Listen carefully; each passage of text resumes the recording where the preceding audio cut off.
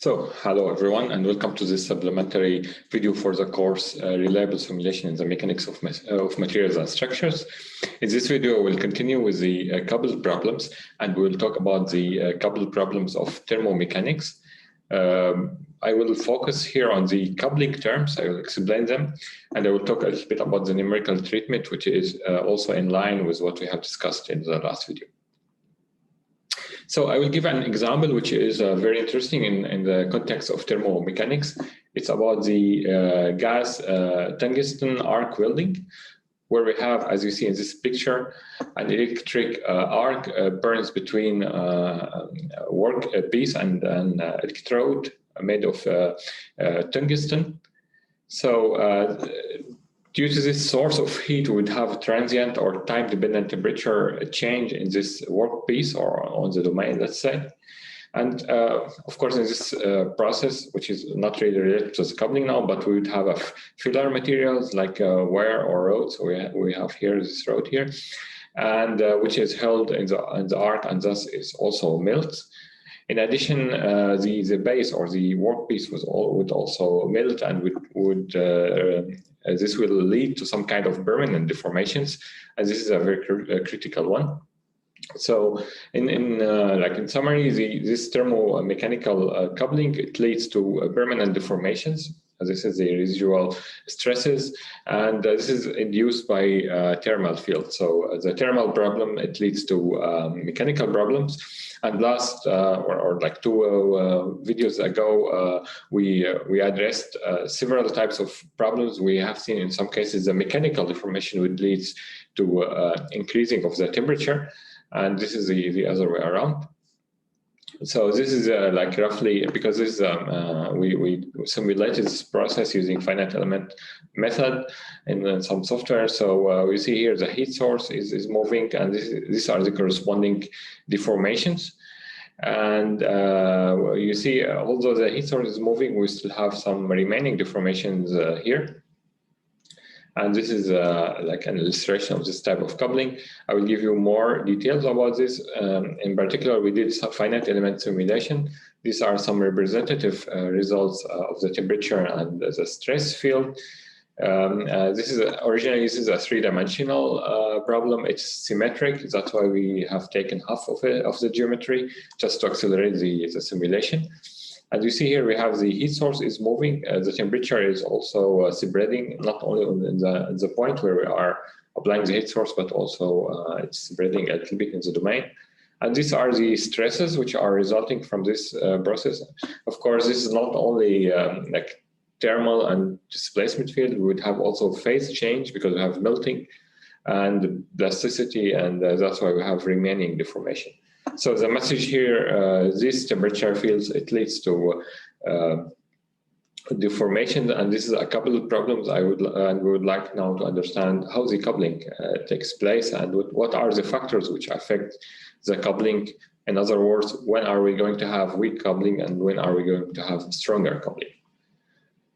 So in the following, we consider, as I said, the coupled problem of thermoelasticity or a thermomechanical problem of solid materials, where the mechanical deformations induce thermal effect and vice versa. So in the case of welding process, it was the opposite way. The thermal field, it has led to some kind of permanent deformations.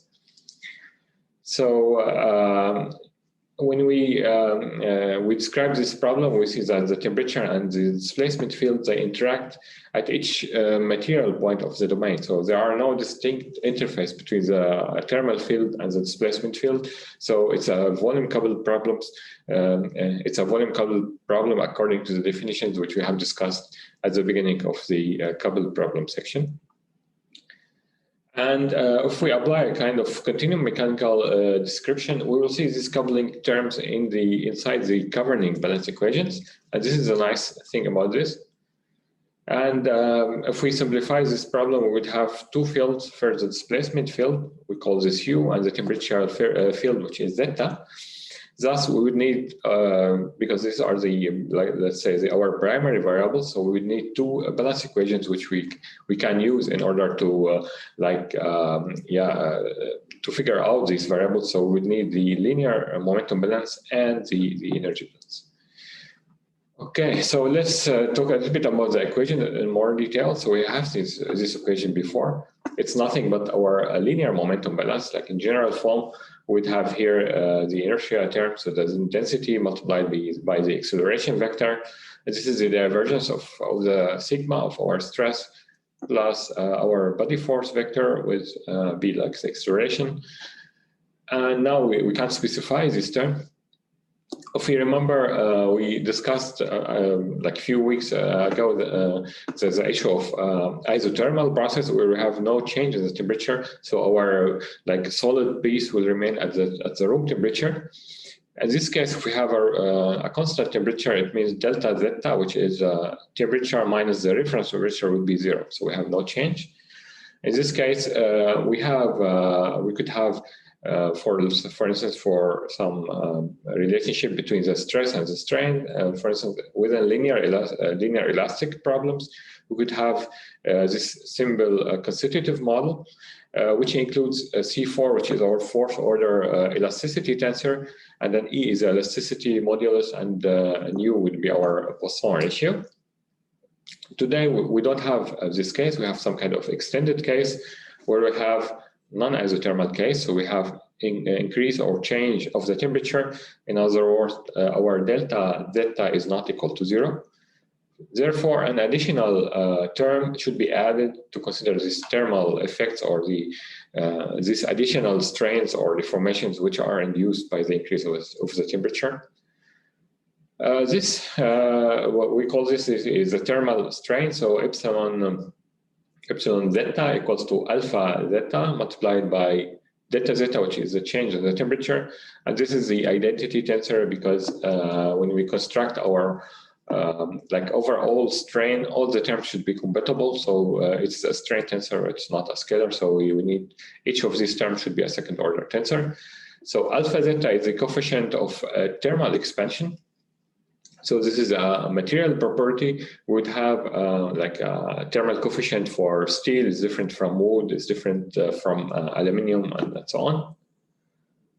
Now we can write down our extended stress tensor, which now includes the previous part, which is independent of the temperature, and this additional term, which includes the thermomechanical coupling. So we'd have this is the additional strain which will be affected by the increase of the temperature. Now we have defined this m delta. In this detail, in detail, it can be written as this in this form. So we have minus here. We have E, which is our elasticity, and then we have divided by 1 minus 2 nu. So you see these are parameters which are related to the mechanical response, and multiplied by alpha zeta, which is a parameter which is related to the thermal response, so which is a coefficient of thermal expansion. And this is nothing but our like stress temperature coupling modulus. So the information about the coupling is simply like stored in this term. And yeah, this should illustrate the type of coupling. Now, if we write this in an tensorial form, so we can simplify this in this way. So the first part we have seen before is about the like linear elasticity, could be something like this, plus the thermal contribution. Simply here, if we have no like increase of the temperature, or if we proceed in our assumption that our problem is within isothermal state, we fix the temperature, or we put the thermal expansion equal to 0. So then this term will simply disappear.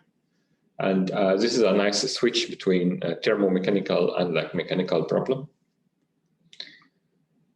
And of course, this includes the strain, the total strain, which is, as usual, if we go for like linear elasticity, this is a linearized strain tensor. It's half multiplied by gradient of u plus gradient of u transpose. It has been already introduced in previous lectures or previous videos. Now, this was the first equation. Now it is the second equation, which is the internal energy balance equation. We have also seen this before. Now we will go a bit more, and we will consider additional term. So on the left-hand side, we have the internal energy change, which is like rho multiplied by epsilon dot. And now this epsilon is the internal energy. So epsilon dot would be the rate of the internal energy, and equals to stress power, which includes the like the mechanical contribution to the energy, minus divergence of Q. Q is our heat flux vector, plus rho, and rho multiplied by R, which is the external heat supply.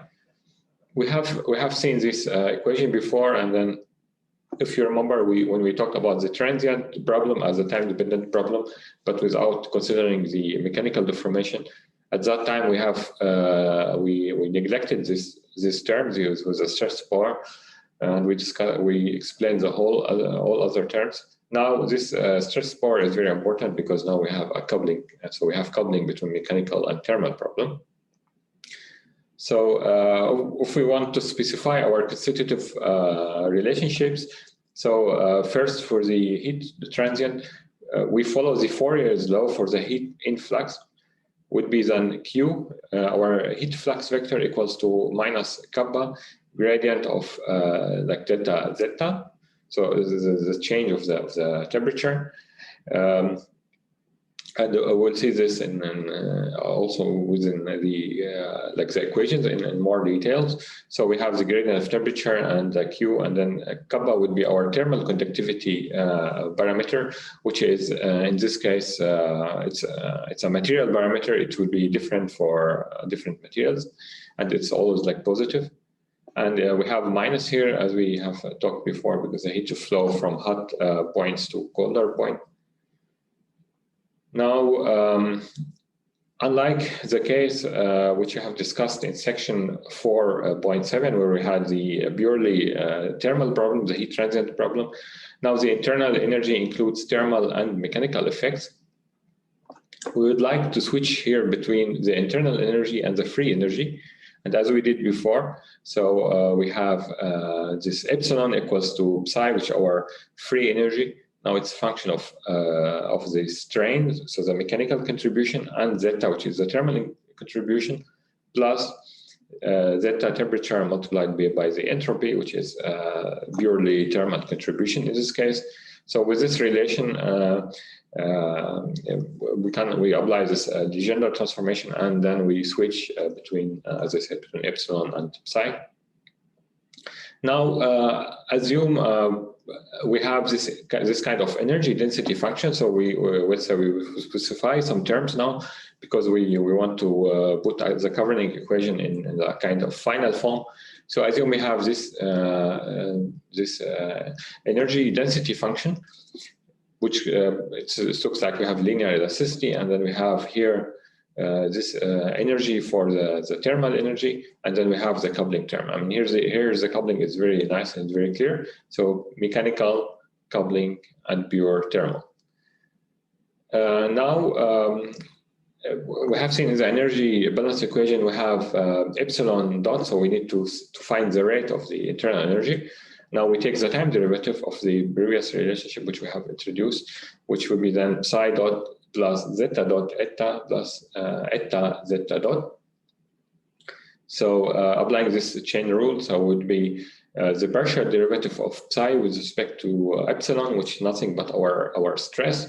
But we have here the energy density function. That's why we have here a rho, plus d psi to d eta, and this is to d zeta, and this is nothing but the definition of eta, our entropy, and this is a minus sign. And then we would have here zeta dot eta plus zeta eta dot. So these two terms would cancel out, and then we would have epsilon dot equals to this 1 to rho sigma epsilon dot plus zeta eta dot, which is the second equation, which we'll consider later.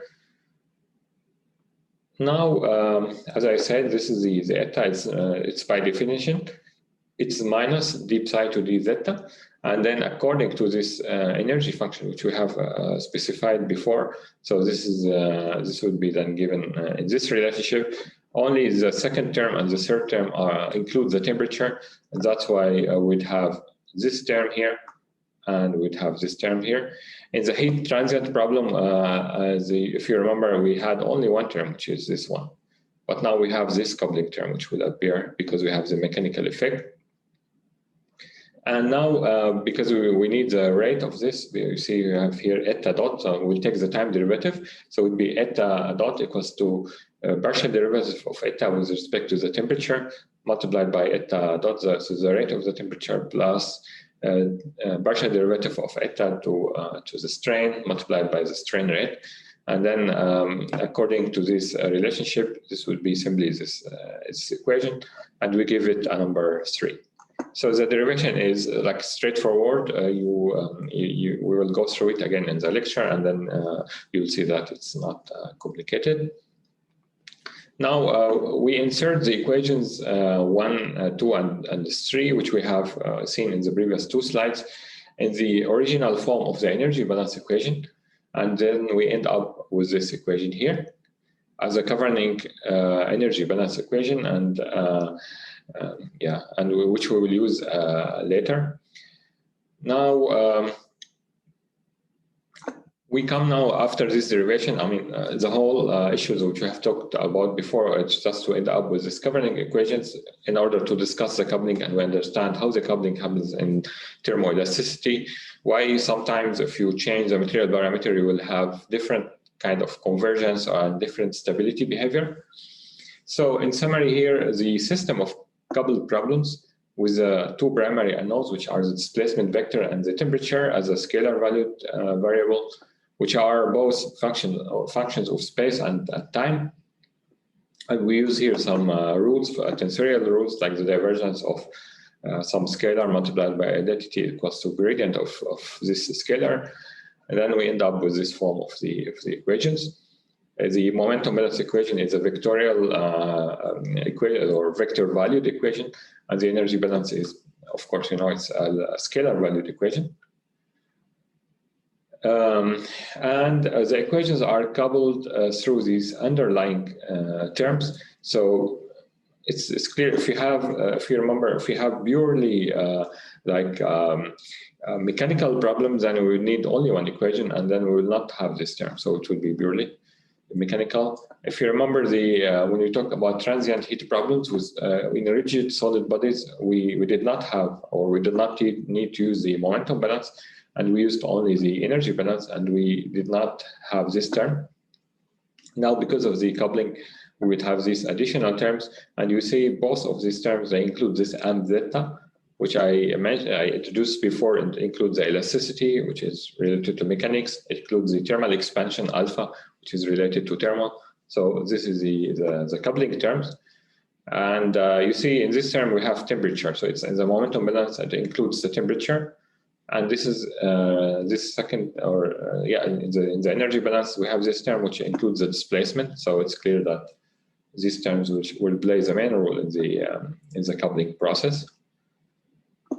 So I'm explaining again. So the basic coupling effects: temperature leads to mechanical deformation, and the mechanical deformation might lead also to change in the temperature.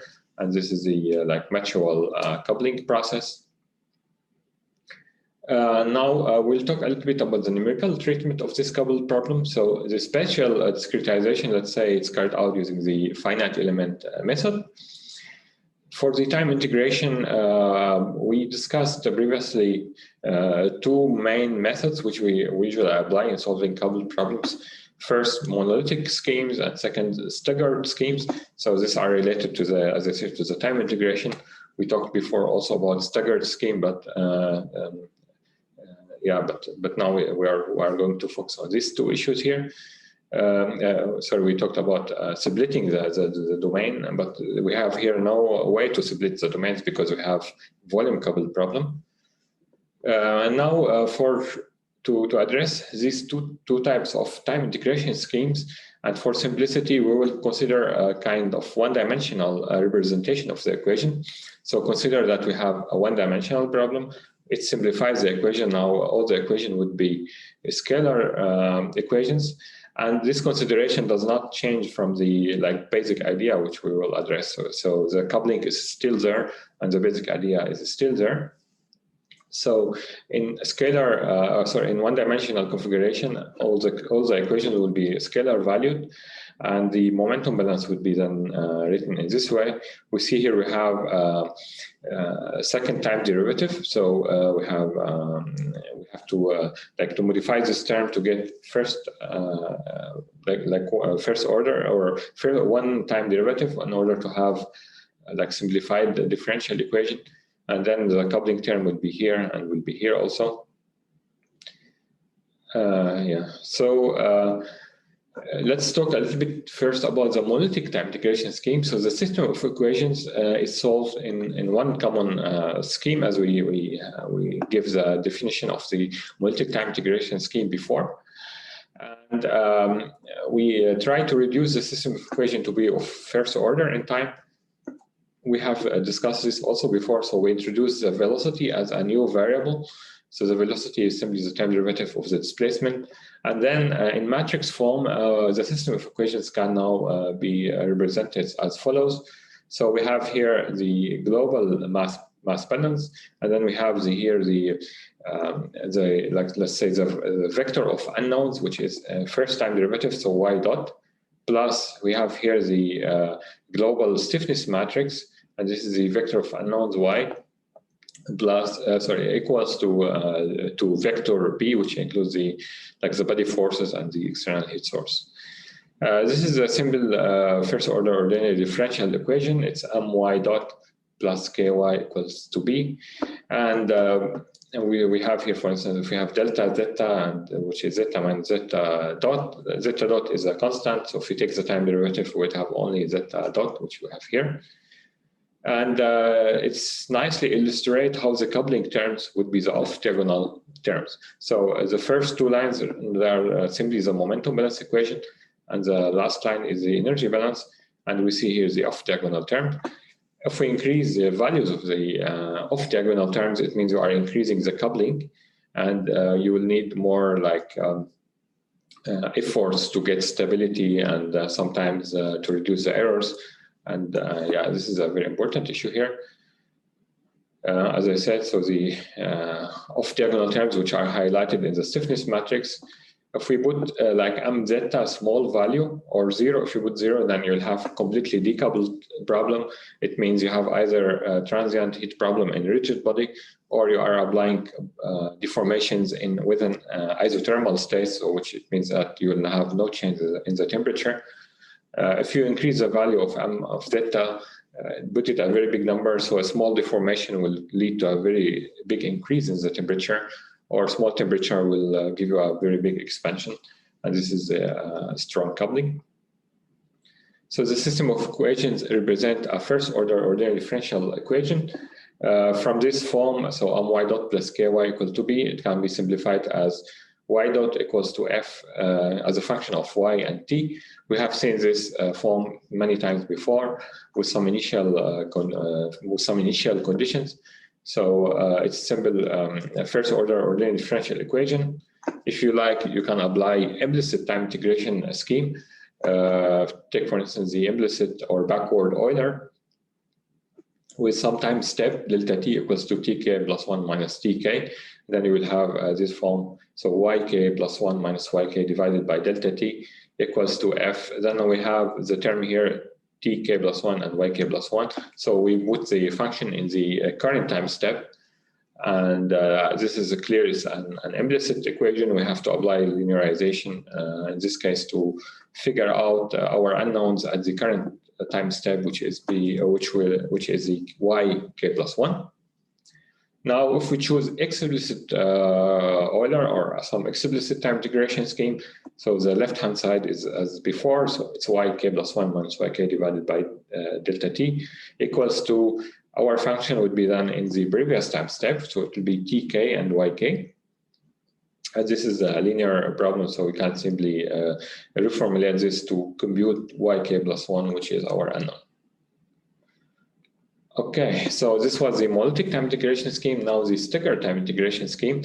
In this, the mechanical problem, for instance, is solved in one step. So in the first step, and the thermal problem now is solved in a second step. Or you can do it other way around. You can solve the thermal problem first and the mechanical problem second.